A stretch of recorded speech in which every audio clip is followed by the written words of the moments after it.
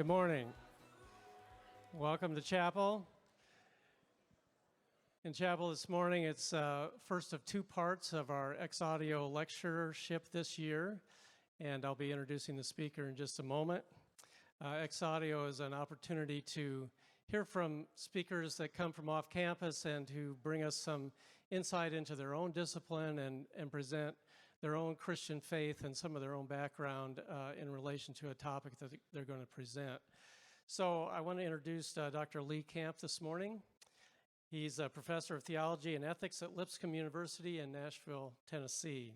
He's the author of a book titled Mere Discipleship, Radical Christianity in a Rebellious World, and also Who is My Enemy, that many of you are reading or should be reading this fall, both from Brazos Press. He received his BA from Lipscomb, his master's degree in arts and MDiv from Abilene Christian University, and his PhD in Christian ethics, moral theology from Notre Dame. He's lectured or taught at numerous universities in the United States as well as in South America, Europe, and Africa. Dr. Camp has 3 times been awarded an Outstanding Teacher Award at Lipscomb as well as a permanent designation as Outstanding University Professor there. Writing, research, and production work has garnered numerous awards and support from various foundations. Dr. Camp was born and raised in Alabama. He hosts the Tokens radio show online. I first encountered him when he was a guest on an online show of a friend of mine. He flies sailplanes for his primary hobby, and he and his wife Laura have 3 sons. His title this morning, as you can see on the screen, is How to Be Spectacularly Successful. So let's welcome him to Tabor this morning.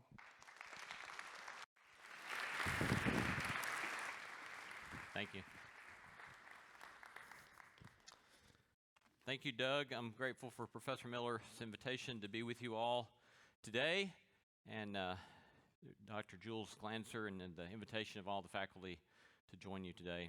Very grateful to be here. My first time to Hillsboro, and I have not gotten to see much of the Hillsboro yet because I got in late last night in the dark, and so I'm looking forward to exploring a bit and seeing a bit. And beautiful campus that you have here. I wanted to share with you a little bit today. My title, as you see on the screen, How to Be Spectacularly Successful. And I want to start with a story right off the bat about someone who was, in fact, dubbed a spectacular success. He was, as a young man in his middle-aged 30s and 40s, very quickly rising architect, highly recognized for his skill and his design abilities and design capabilities. You see here one of his projects that he did as a middle-aged man. But not only in individual projects, he was increasingly given a great deal of budgetary liberty, a great deal of power to design, for example, one of the greatest cities in Europe, and his projects began to grow of greater renown and greater possibilities as he rose quickly in the ranks of his career, on the way to being, indeed, a spectacular success, literally so.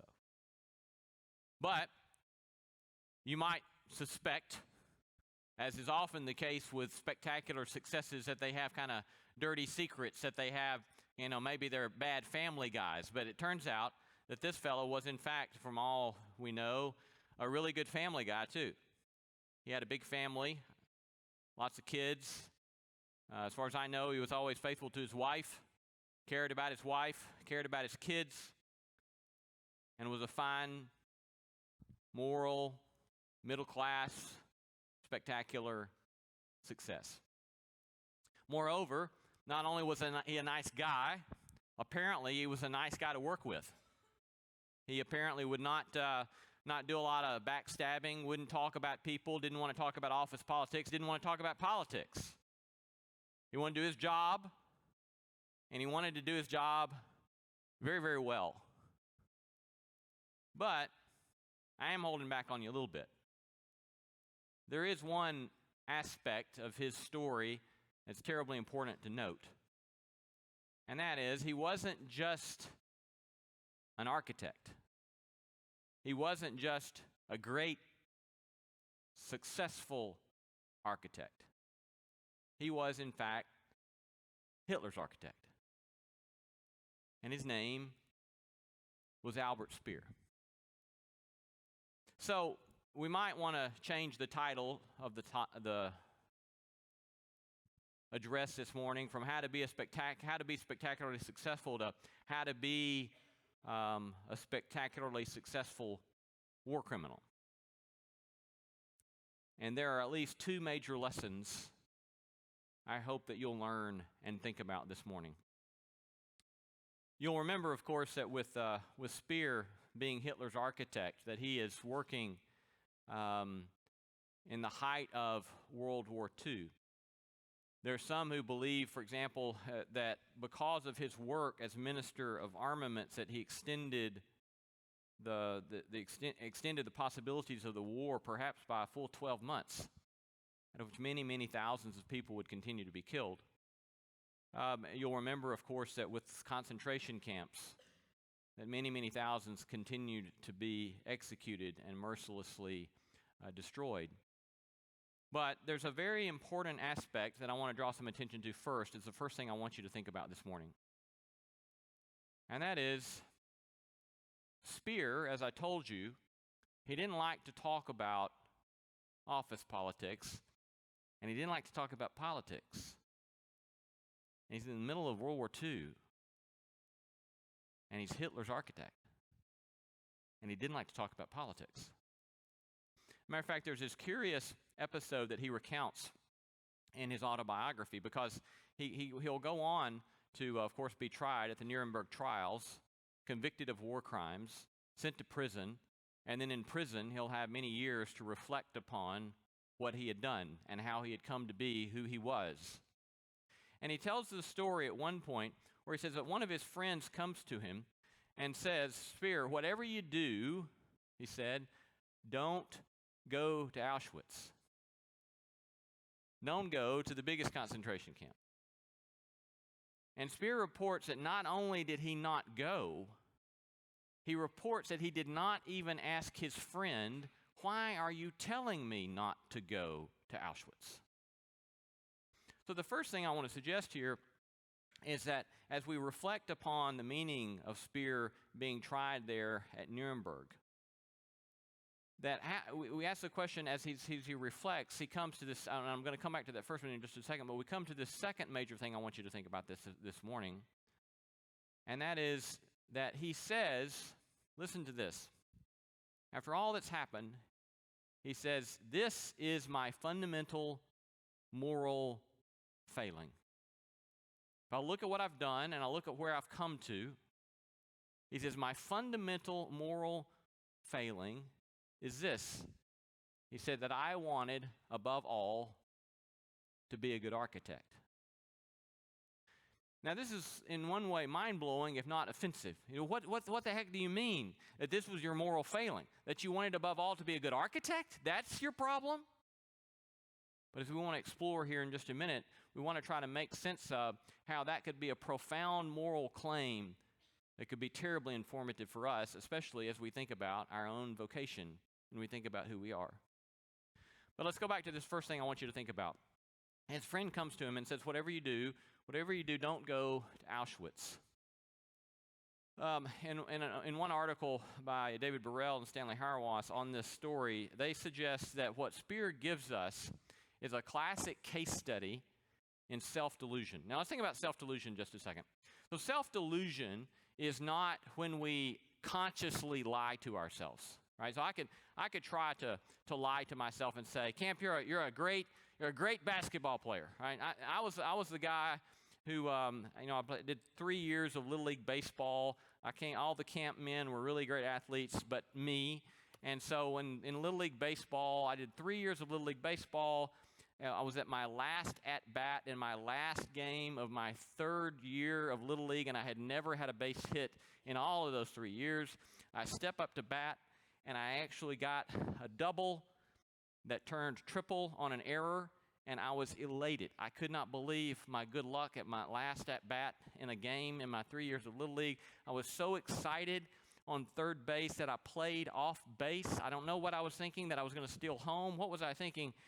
And I got thrown out on third base after my one hit. Look, I can tell myself, Lee, you're a great baseball player. But I know, no, I'm not. I'm not any good inside. I'm going to know I'm not any good. You're a great baseball. No, I'm not. That's not self-delusion. What they suggest self-delusion is this. The self-delusion is the point at which we have a policy. Listen to this, because this could potentially change your life. They say self-delusion requires a policy of a refusal to give an account for some part about one's life. So in other words, they're suggesting, look, if there's some part of your life that if any conversation or anybody gets close to talking about this, and you have a policy of just saying, I'm not talking about that, and you begin to move away from that, and you're simply turning your back on talking about that or giving an account of that, it may be that what's happened is that we're falling prey to the possibility of self-delusion because we are refusing to give an account. Don't ever forget, we are all as sick as our secrets. Now, one of the ways in which I want to suggest that this relates to thinking about vocation is that we're posed then with the question, have I been, will I be honest with myself about the point of my life and about the pursuit of my life?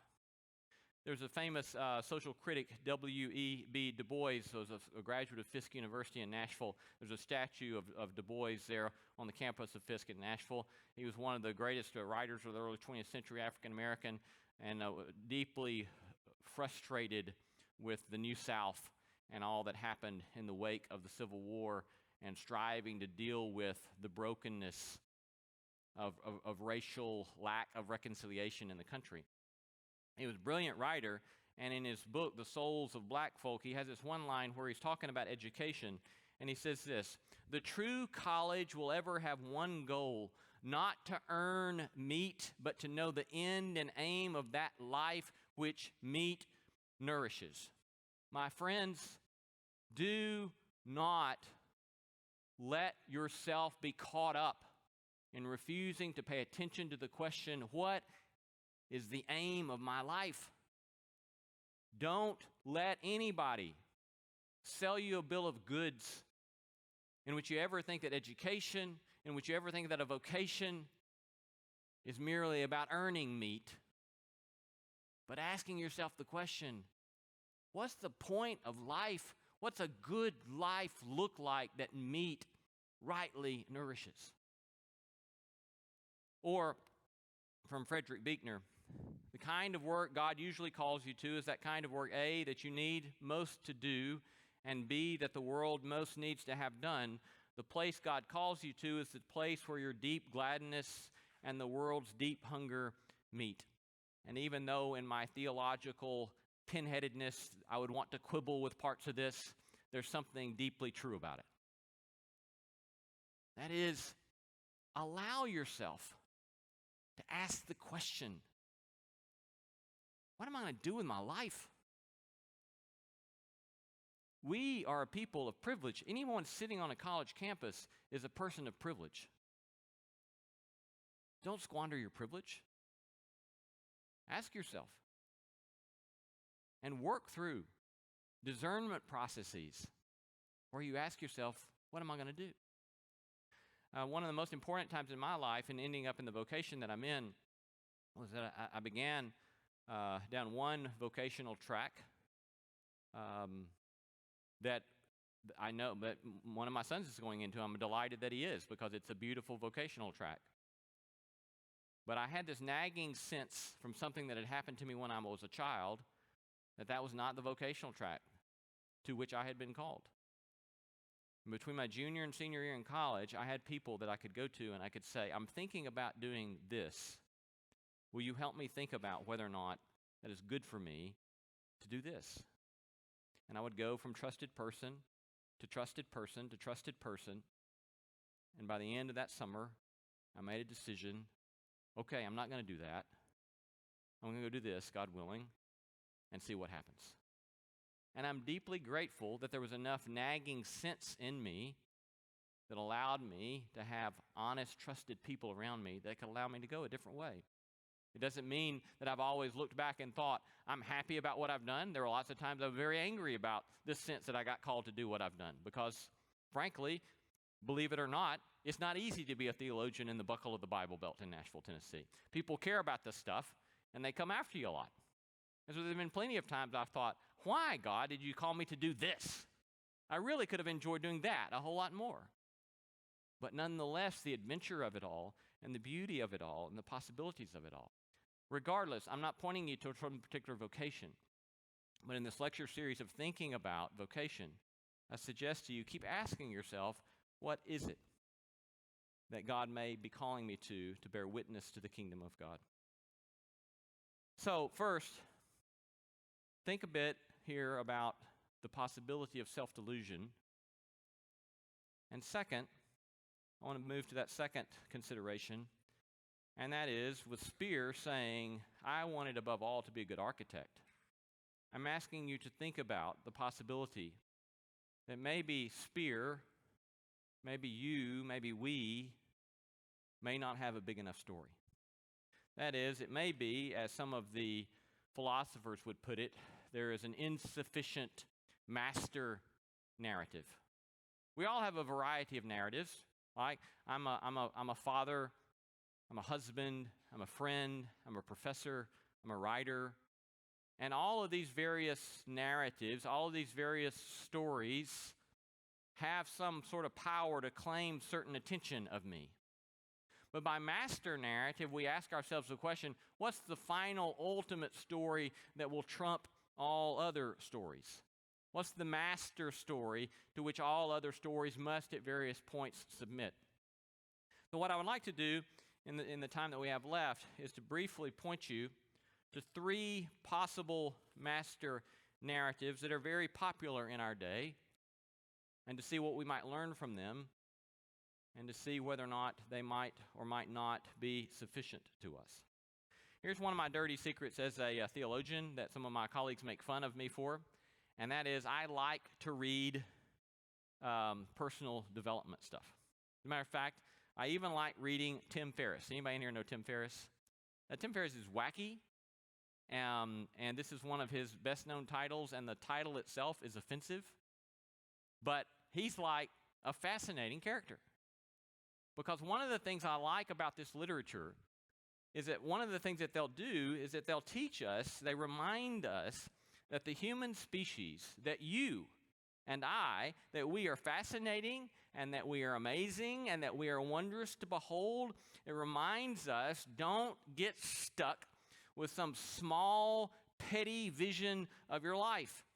Don't let a petty vision suck the marrow out of your life and leave you wasted and frustrated. They teach us, go live large.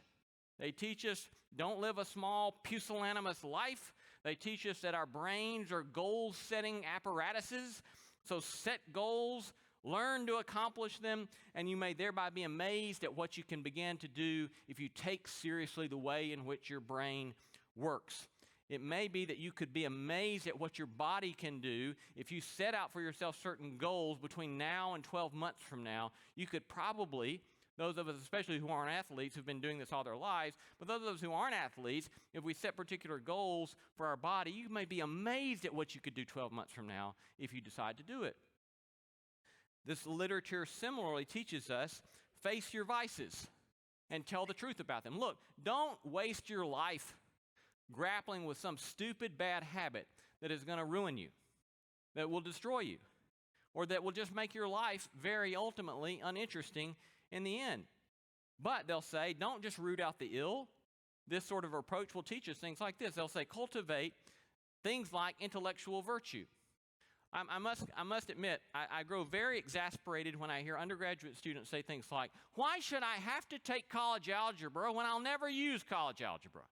And that's like saying, why should I ever do a push-up when I don't ever have to use a push-up in the workplace?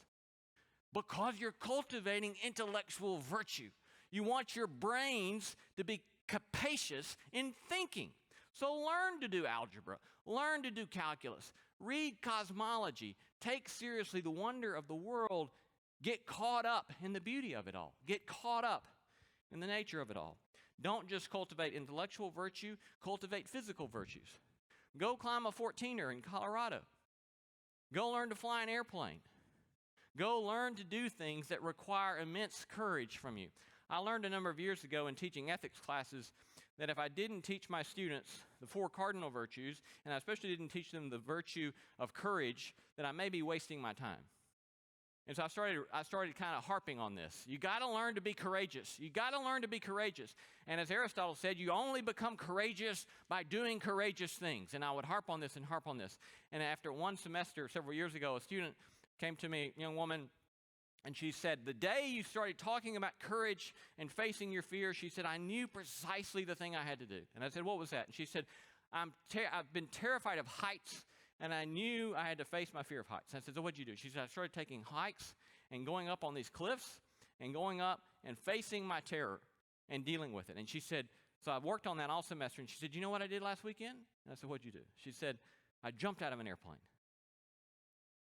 I was thrilled, right? But here's the thing. The point is not to jump out of an airplane. The point is, like with all the virtues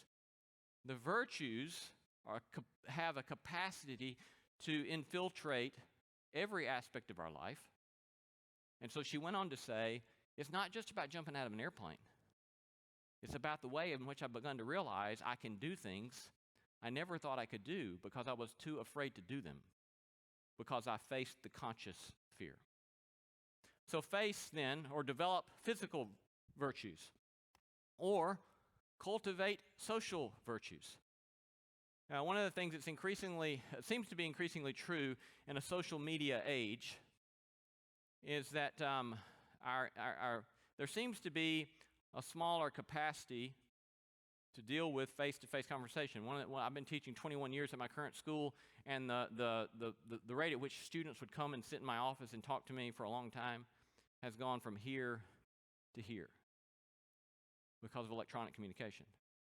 Electronic communication can be great, but we begin to ask ourselves the question, what does it look like to cultivate social virtues and to face my own fears around social engagements? Well, we could go on and go on, but the thing I'm trying to point you to here is that this first approach of so-called self-actualization, this narrative of self-actualization, I'm wanting to suggest to you, yes, do learn self-actualization. Do. Take all this stuff very, very seriously. Don't dare take all God has given you and bury it in the field. But, if self-actualization is our master narrative, it's too small. And even, we might say, woe be unto us. Not because it is on its own a bad narrative, not because self-actualization on its own is necessarily untrue on its own, but because it's always too small on its own. Well, it's precisely because of this that somebody like Aristotle would say, you can grow in the virtues, but if you don't grow in the virtue of justice that takes community seriously, you can never truly be a virtuous human being. In other words, there's these great traditions which says you can actualize yourself, but if you don't actualize, if you don't take seriously the cultivation of society, of community, of justice, then you can never be a truly full human being. This, of course, is not just Aristotle. This is as well Moses. This is the prophet Amos, or the other 8th century Hebrew prophets. This is Jesus. Remember, one way to translate Jesus in the Sermon on the Mount is seek first the kingdom of God and its justice. Right? So community, social justice, politics, human history, all of these things matter, and they matter immensely. But the danger, one danger lies, and try to follow me carefully here. One danger in this lies in giving divine status, inappropriate authority, Messiah-like hope to the communities in which we find ourselves. Seeing God, seeing the right always and simply on our side of the wall and not on the other. Or maybe even worse, thinking that might makes right and concluding that God is on the side of the mighty. This sort of rhetoric is a long-standing American tradition. So, for example, Thomas Jefferson would say that we, the Americans, are the world's best hope. Or, for example, in the Civil War, Abraham Lincoln would say, our hope is the last best hope of earth. Or similarly, my friends, I want to ask you deeply to pay attention. When a president of the United States calls us to give total allegiance to our nation, this is a move beyond love of neighbor. This is a move to idolatry. Lincoln and Jefferson and the nationalists of our own day are not wrong to teach us to love our neighbor, to love justice and freedom. They're simply wrong to assume that our people are preferred over other people's. They're wrong to assume that the American drama is synonymous with the drama of God's redemption in human history. They're wrong to assume a godlike divinization of our country that has no right, claiming total allegiance. Now, this is not a sin unique to America. When Albert Speer was serving as Hitler's architect, Nazi soldiers were claiming too Gott mit uns, that is, God with us, on their belt buckles that they would wear in war. The idolatrous exaltation of land and people and soil, my friends, this is an appalling sin with a bloody and messy history. And I would ask you not to be deceived. It is a narrative to the degree that it is about love of neighbor is true. But to the degree that it is an exclusion of others as neighbor and bloody and violent in doing so, it is a blasphemous idolatry. The nationalist narrative is too small and untrue. This will be one in particular that we'll explore more this evening as we think about the ways in which the narrative of nation may play into our thinking about the narrative of being Christian or the narrative of being Muslim. But here's a third possibility for thinking about a master narrative. You know, many people might rush in with the religion card, right? You need a good master narrative, well, religion's got it. And look, I spend my career talking about religion and talking about theology. The religion card, though, I want to suggest, is nonetheless still a potentially dangerous one. Because in the same way that some make idols of themselves in their self-actualization, and some make idols of the nation state in their care for community, some make idols of their interpretation of the divine will and make a convert twice the child of hell, to borrow Jesus' words. One of my own parts of my own story in my Christian faith, which I count as the master narrative of my life, nonetheless, I readily say that I'm a recovering shame addict. I was schooled in a sort of religious tradition that deeply schooled me in shame, and then I had to spend decades working through that stuff. I am no fan of any sort of legalistic, taboo, touting, ticked-off God. And there does come a time, I think, at which we must ask ourselves, is this tradition of which I am a part in service to bondage or in service to freedom? Is it in service to a God who wants all people to be truly free and thus the glory of God? Or is it a depiction of God that is narrow and petty and death-dealing? You'll know, I would imagine, the story of Huck Finn, Mark Twain's famous story about the young boy going down the Mississippi River with the runaway slave Jim and the adventures that they have. And yet, Huck Finn is destroyed with this sense of guilt that he's helped a runaway slave, and he knows that he's going to go to hell because he's helped this runaway slave. And his conscience has tormented him. And so he's worked at it and worked at it and trying to figure out what in the world is he going to do having helped this runaway slave. And so finally what he does is he decides that he's going to have to confess to the authorities what he's done and hand Jim over to the authorities. And so what he does is he takes a piece of paper and he writes down all that he's done. He writes down how they can find out how to capture Jim and get him back, and writes it up. And he says he feels this flush of self-righteousness and ease come over him because he's finally done the right thing. And then he says this, quote, "And I got to thinking over our trip down the river, and I see Jim before me in the day and in the nighttime, moonlight and storms, and we are floating along, talking and singing and laughing. I'd see him standing my watch on top of his'n instead of calling to me so I could go on sleeping. And I see him how glad he was when I come back out of the fog, when I come to him again in the swamp, how he'd always call me honey. He'd do everything he could think of for me and how good he always was. And at last, I remembered I saved him by telling the men we had smallpox aboard, and he was so grateful and said I was the best friend old Jim ever had in the world and the only one he's got now. And then I happened to look around and I seen that paper. It was a closed place. I took it up and I held it in my hand. I was a-trembling because I'd got to decide forever betwixt two things, and I noted. I studied a minute, sort of holding my breath, and then I says to myself, all right then, I'll go to hell. And I tore it up, he said. It could be, too, that our religion is too small a narrative as well.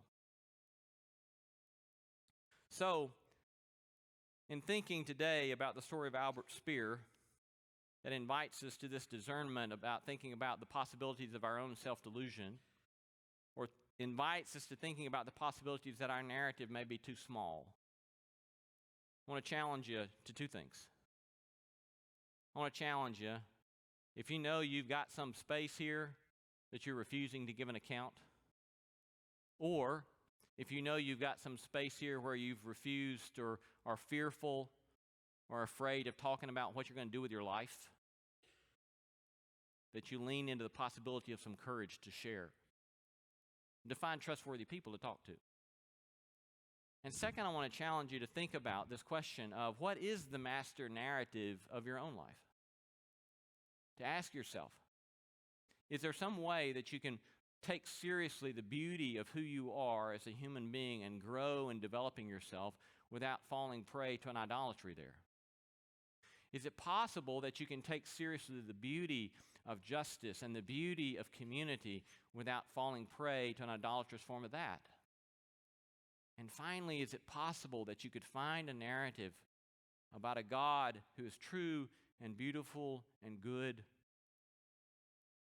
that we Christians claim is revealed in this Jesus of Nazareth, and find a way to live according to such a master narrative that does not fall prey to your own sorts of or traditional sorts of idolatrous depictions of the beauty of that God? Thank you.